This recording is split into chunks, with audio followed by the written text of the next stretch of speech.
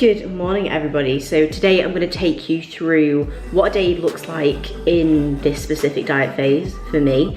Starting off with my morning. Funnily enough, one of the biggest things that you'll see across this day is that nothing is really that different other than the fact that I am eating a little bit less, moving a little bit more. Morning starting off with doing a nice 30-40 minute walk, go on the same route every day, so I always know that's going to rack up like a good 4,000 or 5,000 steps in the morning, and then come back, do a bit of work before I have my first meal. On rest days, that'll just be switched with doing a walk and then actually doing 25 minutes cardio on the bike, and then same routine kind of follows on from there.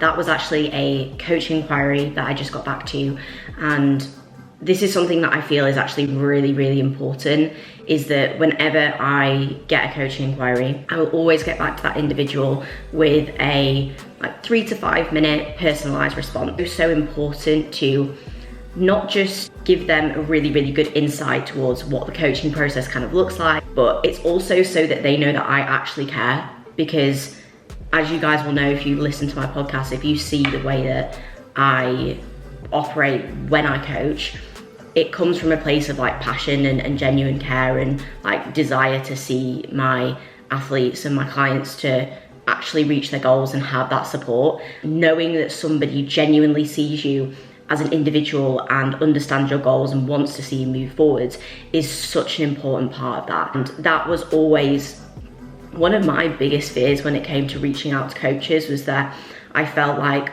one, they either wouldn't want to help me or see me as somebody who really took my goals seriously. I want them to know that I see them that way. It's a really important part of setting that baseline and that foundation of building the relationship with somebody. If you're reaching out to a coach and they're not having really any communication with you prior to you starting, maybe you're not even getting a call from them or a voice note, how do you know that that's going to be a really caring, personalized process before you get started? It's actually about creating the foundation of that relationship before you get going, so that once you get going, that relationship just builds and builds from there. I've only got custard cream in this, but I can't really mix that in with chocolate cream. Yeah, you can. It'd be like chocolate cream. Like bourbons. Not said anything because I get nervous talking around you. Oh, why is that? Because you laugh at me! What have I done wrong now? Perfectly landed right in the mug.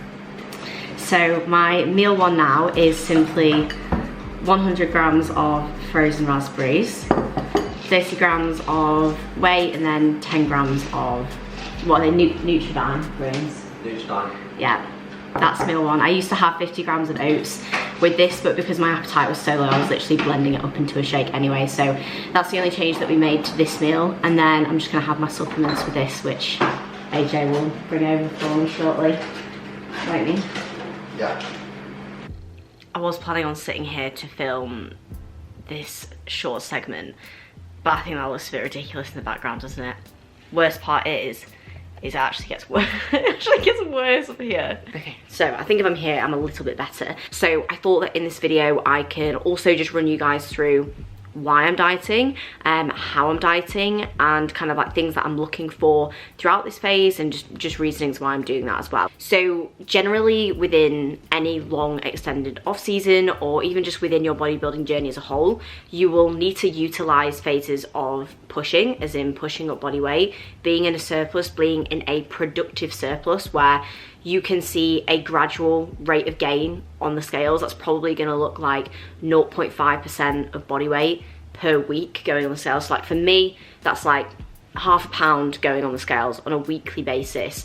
Seeing that, because that is enabling you to be in a surplus where body weight is going up, you're in a position where you can add on muscle tissue, but you're not gaining body weight at a rate where the amount of body fat that you're gaining is going to start to create diminishing returns. So it's maybe not contributing towards good performance in the gym, good nutrient partitioning because your insulin sensitivity is shot, other factors such as being extremely lethargic, heavier body weight, maybe no longer contributing towards good sessions, you know, you start to see diminishing returns, which is why, you know, managing your rate of gain is important. So for me in my position, I was kind of at 2 points. So one, just generally at a point where I literally did not need to put on any more body fat than where I was at. Like, females will generally sit a little bit softer, but you know, just don't need to be that far down the line where it's gonna be really, really difficult for me to pull that body fat off. And just in terms of like my whole timeline and just maintaining like a good body weight,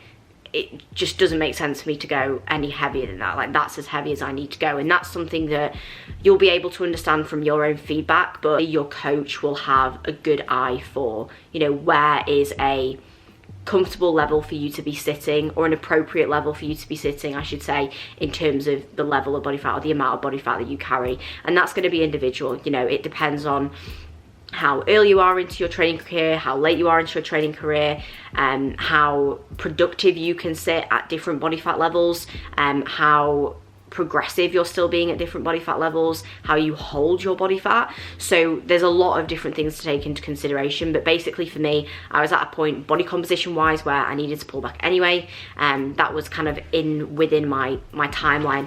But then also in combination with that, I was generally just also not seeing many benefits of being at that body weight anymore. So I actually held that body weight for, I think it was about 6 or 7 weeks, because often as males and females, but especially as females, if we go from one place of pushing really, really hard to then pulling back really aggressively, your response to that is not always going to be the best. Often your ability to respond really, really well to the deficit is going to come from you being at a maintenance level. Especially as a female, it allows our like hormones to actually regulate a little bit better, rather than us being in a phase where we're extremely stressed from pushing up to then pulling ourselves down into a deep deficit. Equally, it means that the adjustments that you make from being in that maintenance phase to then being in deficit is a direct deficit. So if you are maintaining at, let's say, 3,000 calories, if you pull 800 calories away from that, you are immediately into an 800 calorie deficit. On the flip side of that, if you were in a surplus and you were gaining, and you were in, let's say, a 600 calorie surplus, you pull off 800 calories, you're now only in a 200 calorie deficit. And that's often why people don't see enough changes in the first couple of weeks, because they're hardly even in a deficit yet, and they're not maybe super responsive to it either. So maintenance phases can be really beneficial for that. So that's where I've been. Now we're pulling things back. But like I was saying, in that maintenance phase, I'd held there for a good time, but I was just no longer seeing benefits of being there. Like, I was going into sessions and just feeling very heavy and uncomfortable. Like, I wasn't even able to get like my belt on, and that was actually impacting my performance and how I felt on the day to day. And don't get me wrong, you need to go through phases of being uncomfortable, and I spent months and months and months being uncomfortable, but there's a point where you start to realize it's no longer actually productive, especially when performance is no longer reflective of basically presenting the positives that you often carry at heavy body weights, which is that body weight acts as leverage to move more load. When body weight is, or body fat is at a point where it is impacting your ability to perform, because you feel so lethargic and you feel so unconfident, and you are struggling to even get into like hinged positions or put your belt on in a session to squat, that body fat is not helping you. So goal is to pull about 10 to 15 pounds off. I'm already 5 pounds down 3 weeks in to this phase, so we want to get a little bit more from here. Usually you'll see the first kind of like 3 to 5 pounds come off pretty quickly. Food volume, inflammation, equally just body fat that your body doesn't really want to hold, and then from there you'll start to see a more appropriate rate of loss. But I will chat to you guys later on in terms of what my food looks like, what my expenditure looks like, and what my mindset looks like towards this as well, and how I kind of manage sort of like mini diets in the middle of off season, and give you some good feedback on those. Now it is simply time to prepare our food for meal number 2. We're actually training legs today. I can't remember if I've said that. So we're gonna go to a gym called Muscle Bound, I think it's called. We've just decided that we'd like a little bit of a change of scenery. I say that, but in our last video I actually took you to the coach, but we rarely actually go to another gym, and also just where like me and AJ just choose to like go and train somewhere together. They've got some awesome kit there, really, really good, so I'm very, very excited for it. Yeah, just getting our food ready for meal 2.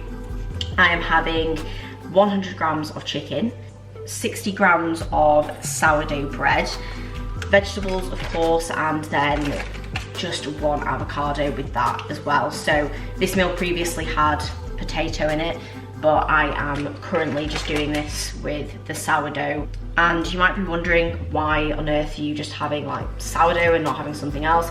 Well, honestly, because I like it, and I could have potato here, but the amount of potato that I would have would also not be very much, and I genuinely just find that bread consistently digests really, really well for me. I don't really have a super high appetite at the moment, so as a result, like, I'm not super bothered about having like really satiating options all of the time. I'm generally just sticking to things that I like, digest well, that I get on well with, and are still keeping me relatively satiated, and that's really all that matters. And then obviously meeting my macro goals, so that's really all that matters. Also, just as a very, very important side note, kind of bit of advice, if you are struggling for time when it comes to like prepping food or getting food or going to the shops, please, please, please get your food delivered to the house. It may cost like a couple pounds to actually get it delivered, but you're going to be spending that much money driving to the shops anyway in petrol, or even just in the amount of time that it takes. Like, I used to spend like 2 hours, maybe an hour, 2 hours, like to just drive to the shops, get everything we needed, come back, and it took so much time out of my day. I think I started actually getting stuff delivered maybe a year or 2 ago, when AJ actually started his prep, because I was like, this is taking me so much time. Like, I literally would not have time to go to the shops, or it would massively pull away from the time that I spend coaching or working. So if you're struggling for time in your day to get things like that done, find ways that you can actually make it more convenient, and you'll be massively surprised with the amount of time that you'll save. Here is my meal number 2. Got everything laid out there, and I'll put the sort of like direct numbers on the screen here. I think we're actually going to go and watch the F1 sprint shootout. There's like a new sort of layout for the race this weekend. Now, I actually think that my pre-intra and post setup is the exact same. So what we've got here is, for the intras, we have got 25 grams of cyclic dextrin, 5 grams of creatine, and 1 serving of the Cutler Nutrition Generate EAAs, which are, to be fair, one of the best tasting EAAs that I have ever had. So if you struggle with flavourings and EAAs, this is definitely one that I'd recommend. So those are in there ready for the intras, and then my pre-workout is pretty much the exact same. So the only difference here is just that instead of doing pure oats here, I'm doing a mixture of cream of rice and oats instead, just because it's a better texture. So 70 grams mixture cream of rice and oats with 20 grams of dark chocolate. 30 grams of whey I'm going to have with this as well, but we're actually going to do this separately because we have received a package from CMP, so I think I'm going to give their new whey a try with that one. And then the only difference with that is that I used to do 100 grams of banana, and now I have 100 grams of berries. So that's the setup for the intra, and I'll obviously take you guys through what my post-workout looks like after training as well. So I just want to give you guys a little bit of a walkthrough of this gym. I don't want to bore you too much, because I know that if you follow me on Instagram, you'll have seen me kind of run through this session and things that we did, but this is just a little bit of an overview of the gym. Got some genuinely just absolutely amazing kit, which is always super, super exciting to see. I mean, we're blessed that we have great kit at Ultraflex as well, but it's always nice to see some different things, trial different things. Like, I'm a little bit of somebody who's like obsessed with trying different bits of kit, it's so fun. I mean, when you enjoy training, it's fun to try different things and see what's good and see what isn't and see how things can be better. So it was nice to try a few different bits. Gave the pendulum a go on this day actually. I have done the Atlantis pendulum before, but ages ago. This felt a little bit different because it's got quite a big counterweight, so it wasn't very heavy actually out of the hole, which when I'm used to the hacks feels really weird, but still a good piece. Just I don't understand why the Atlantis pendulums do those platforms like that, because they basically have like holes in between the sort of like 3 parts of the platform, so if you want to put your feet anywhere else, it's just a bit silly. Just something that I'm sure Atlantis will listen to my complaint and definitely not change. Roger's hip press, actually never done this before either. I have seen this at a couple of gyms. I think we saw this in Vegas, but I never trained legs while we were at that specific gym, so awesome to give this a go as well. Just one thing that you kind of got to get like locked into and feel comfortable with, but once you're in it, feels really, really awesome. So that was lots of fun. This leg press I absolutely love.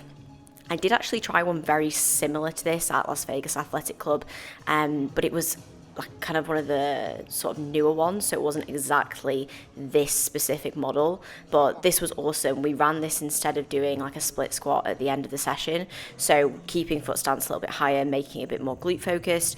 And then this pull down, honestly amazing.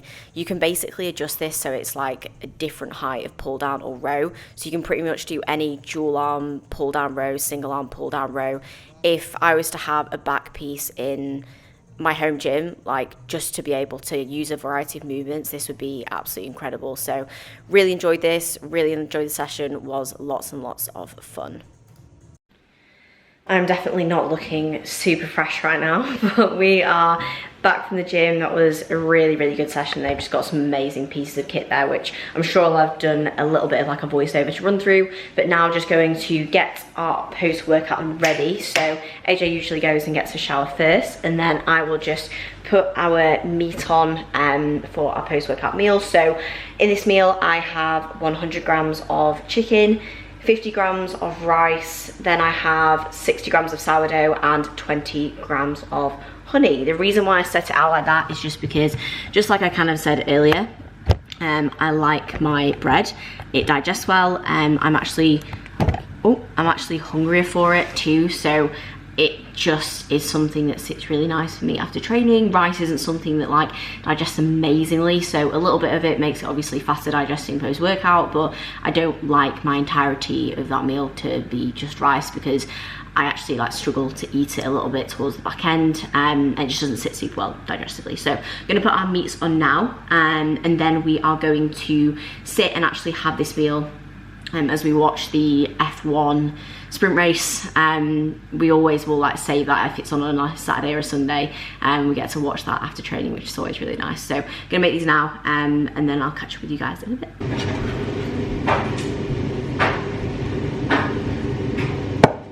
What have you got to say? Have you got something to say, or are you just hovering? I'm just looking. You're enjoying the video, guys? Yeah, good. Instead, if you're enjoying it, comment below enjoying it. Don't be patronising. We can't all be fucking YouTube stars. With this meal, I have another cap of Ride-On for an all-day pump. I will not be taking Ride-On after my session. Thank you very much. I will, however, be taking my ashwagandha. Oh, it's just gone in my bowl. My post-workout is disintegrated beef, cooked to oblivion. It's nicer when it's crispy. Crispy beef. No one likes minced beef when it's like wet. Moggy. Moggy. Soggy. Moggy? I was meant to say like moist and soggy, so I said moggy. I haven't got a fork. Yes, you have, because I washed you one.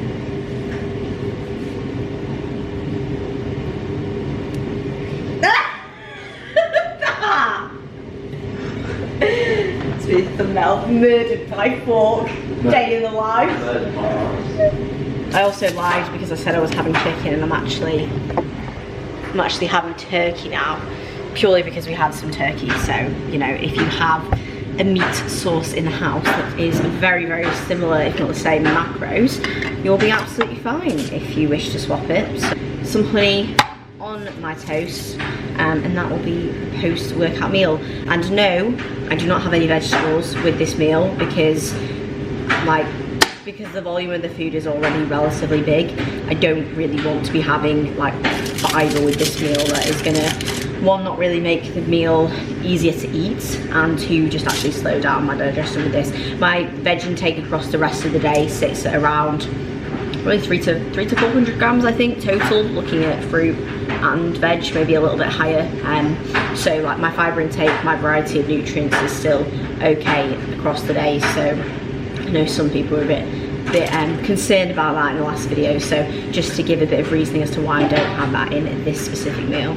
Early on the grid, we like to pick up on the technical aspects that are going to influence the race, but some great stories. P7, I think, is a Jay. Well, I'm going to be honest, I'm feeling more and more smashed as the minutes pass. I was actually feeling like not too bad on the drive home, and now I'm just feeling like the session is actually like starting to actualize itself as time passes on. But it's also probably because I've had to do some steps as I've gotten back, and usually I don't have to do any steps after training on a training day. Often what will happen is I will pretty much do about 6 or 7k by the time I get to the gym, and then by the time I get back from the gym I'm on like 10, 11k, and then I'll just do, you know, 1,000 or 2,000 steps just moving around the house. So I don't often have to do very, very much to get my steps in, but just because I didn't move too much at the gym today, it was a little bit smaller, and I had a bit of a busier morning, just has meant that I've just had to do a little bit more of a walk on the evening. But generally when I can get kind of pretty much everything done so that when I come home I can just chill, it's really nice. And that's something that is a really, really important part of my routine, is that when I get back from training, I usually do my log, I will post something on Instagram if I need to post something, and then my phone goes on charge at about 6:30, 7, alarm set for the next day, and then I literally have like an hour and a half to just like really, really chill. And I will switch off from work, I'll switch off from bodybuilding, I will watch something different on TV, and then I will have my last meal. And that's so important for me to de-stress, to be a good coach, to be a good athlete, is actually having that time to switch off, especially in diet phases. Managing your stress, managing your fatigue, and having time to switch off is very, very, very crucial, rather than kind of being go, go, go. You know, even when expenditure is really high and you've got lots to do, you can still plan out time in your day to switch off. And it's really important, because I never used to, and I used to not. And that used to be partly down to like poor routine, but also then just feeling kind of guilty for switching off, which is kind of silly, because like I said, if anything, it just makes you better at all the other things that you do. So something that I think is really important to be part of your routine, and something I always will kind of recommend to clients and make sure that they have as part of their routine as well. Okay, so AJ has stepped into the camera because I don't know why I'm holding this like this. Because I feared that if he didn't, I probably wouldn't film this bit, because how am I feeling? Rotten. Rotten. So, last meal, here it is. We have 50 grams of granola, previously 100 grams of granola, now reduced down to a mere 50 grams. It's basically just dust. Dust. No, my appetite is not really very high, so this is serving its purpose, and after legs I could quite happily not eat and go to bed, so this will do. Don't do that. 50 grams. I'd lose all my muscle if I didn't eat it. You would, yeah. 50 grams going in the bowl. Oh no! 51!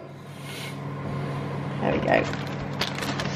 And this will be paired with 100 grams of the finest frozen raspberries, and 30 grams of some wonderful whey isolates. Oh god, it's way heavier than I was expecting. Fresh Tub. chocolate, wonderful. So this will be my last meal of the day, which shall be consumed imminently.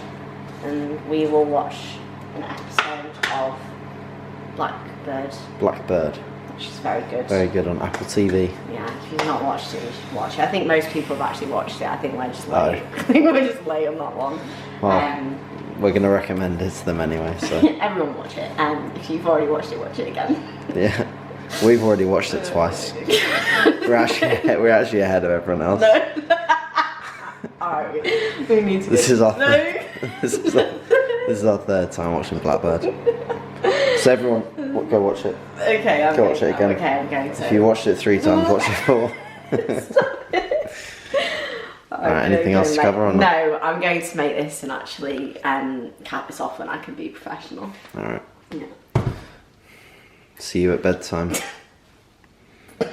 I'm just going to cap off this vlog and video here.